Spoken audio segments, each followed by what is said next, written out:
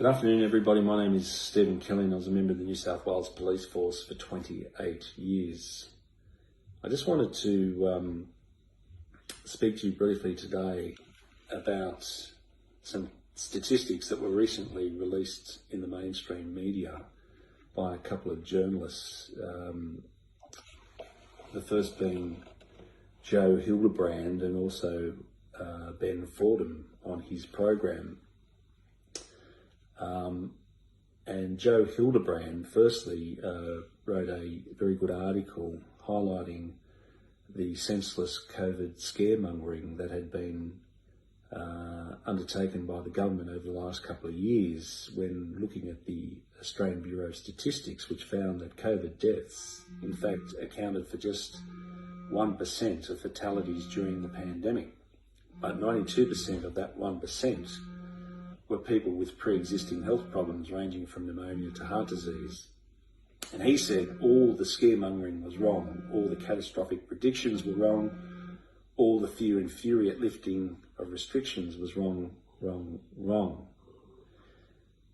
And we also know for a fact that the government had also been misrepresenting the true number of people attending hospital with COVID by including in the official statistics people who had initially gone to hospital with other complaints or presenting symptoms. This admission by the Health Minister a short time ago highlighted that the government was, in my view, deliberately creating unnecessary fear to presumably ensure people went and received the vaccine and the booster. And Ben Fordham made the comment that he wasn't playing down the situation or ignoring the grief of families, but he said these recorded statistics expose the overblown scare campaign that we have witnessed.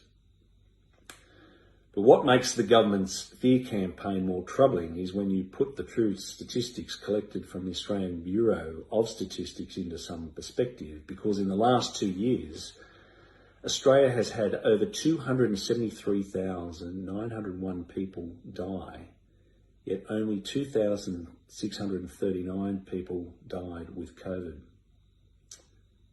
However, the real figure of COVID deaths, when you exclude those with comorbidities from that number, accounts for only 83 deaths.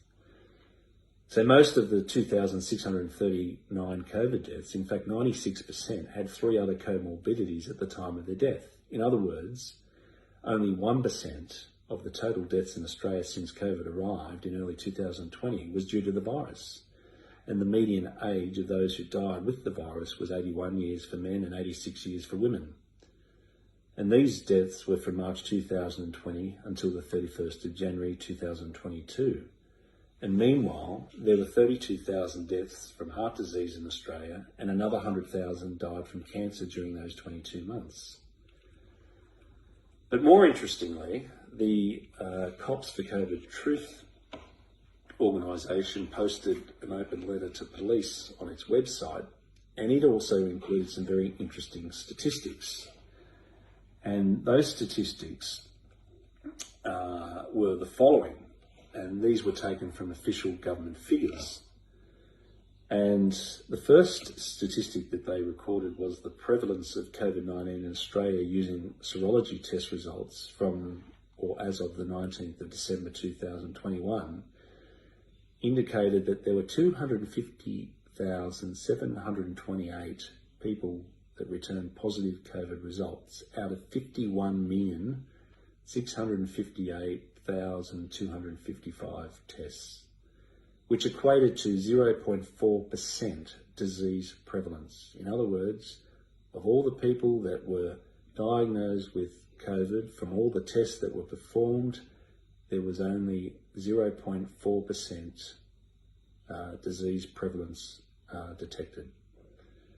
However, the prevalence of COVID-19 mortality in Australia from that same number of tests, 51,658,255 tests, was 0.004% mortality prevalence. In other words, the 2,146 deaths only equated, out of the number of tests performed, to 0.004% In other words, the survival rate in Australia for all ages was 99.11% survival rate.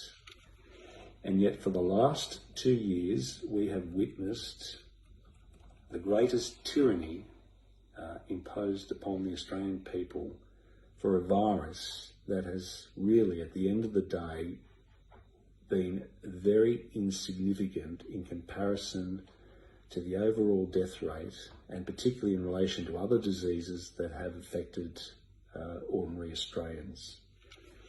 So I would say to the Premier, as a former police officer, when you have created policies for the last 2 years that have resulted in the breakup of families, the destruction of small businesses, and ultimately our economy, the destruction of the mental health of young children, the increased suffering of our elderly and vulnerable people in our communities through forced isolation and separation from loved ones, policies also that prevented parents from seeing their children in hospital, and the promotion of segregation and division in our society, clearly, Mr. Perrottet, you have only one option, and if you truly want to show true leadership, you have to sack Mr. Hazzard and Dr. Chant. We need fresh leadership in health. You need to stand down the Health Minister and the Chief Medical Officer and refer their actions for the last 2 years for criminal investigation. They have created enormous fear and harm in our community for a virus that was not as deadly or dangerous as they have repeatedly said. They have misused hospital admission data to suggest more people were being admitted for COVID than what in fact was the true reality. Many of the cases related to people attending hospital for other reasons but were classified as COVID patients. There needs to be accountability for the enormous destruction these individuals have caused to the people of this state. And I, for one, have lost my job and my marriage because of the failed policies of your government. I was the most experienced coronial advocate in the New South Wales Police, and I have lost my job because of the actions of your public health officials who have completely mishandled this public health crisis. And I say to you, Mr. Perrottet, if you fail to act on these latest statistics, you too will be complicit in the crimes that have been committed against the people of this state. You also, Premier, need to immediately stop the vaccine rollout on young children. You can no longer put your head in the sand and say that you were not warned. Children do not need to be injected with these experimental drugs. The people of this state have had enough of the fear, misinformation and lies of public health officials. It's time to have a fresh direction and leadership path moving forward.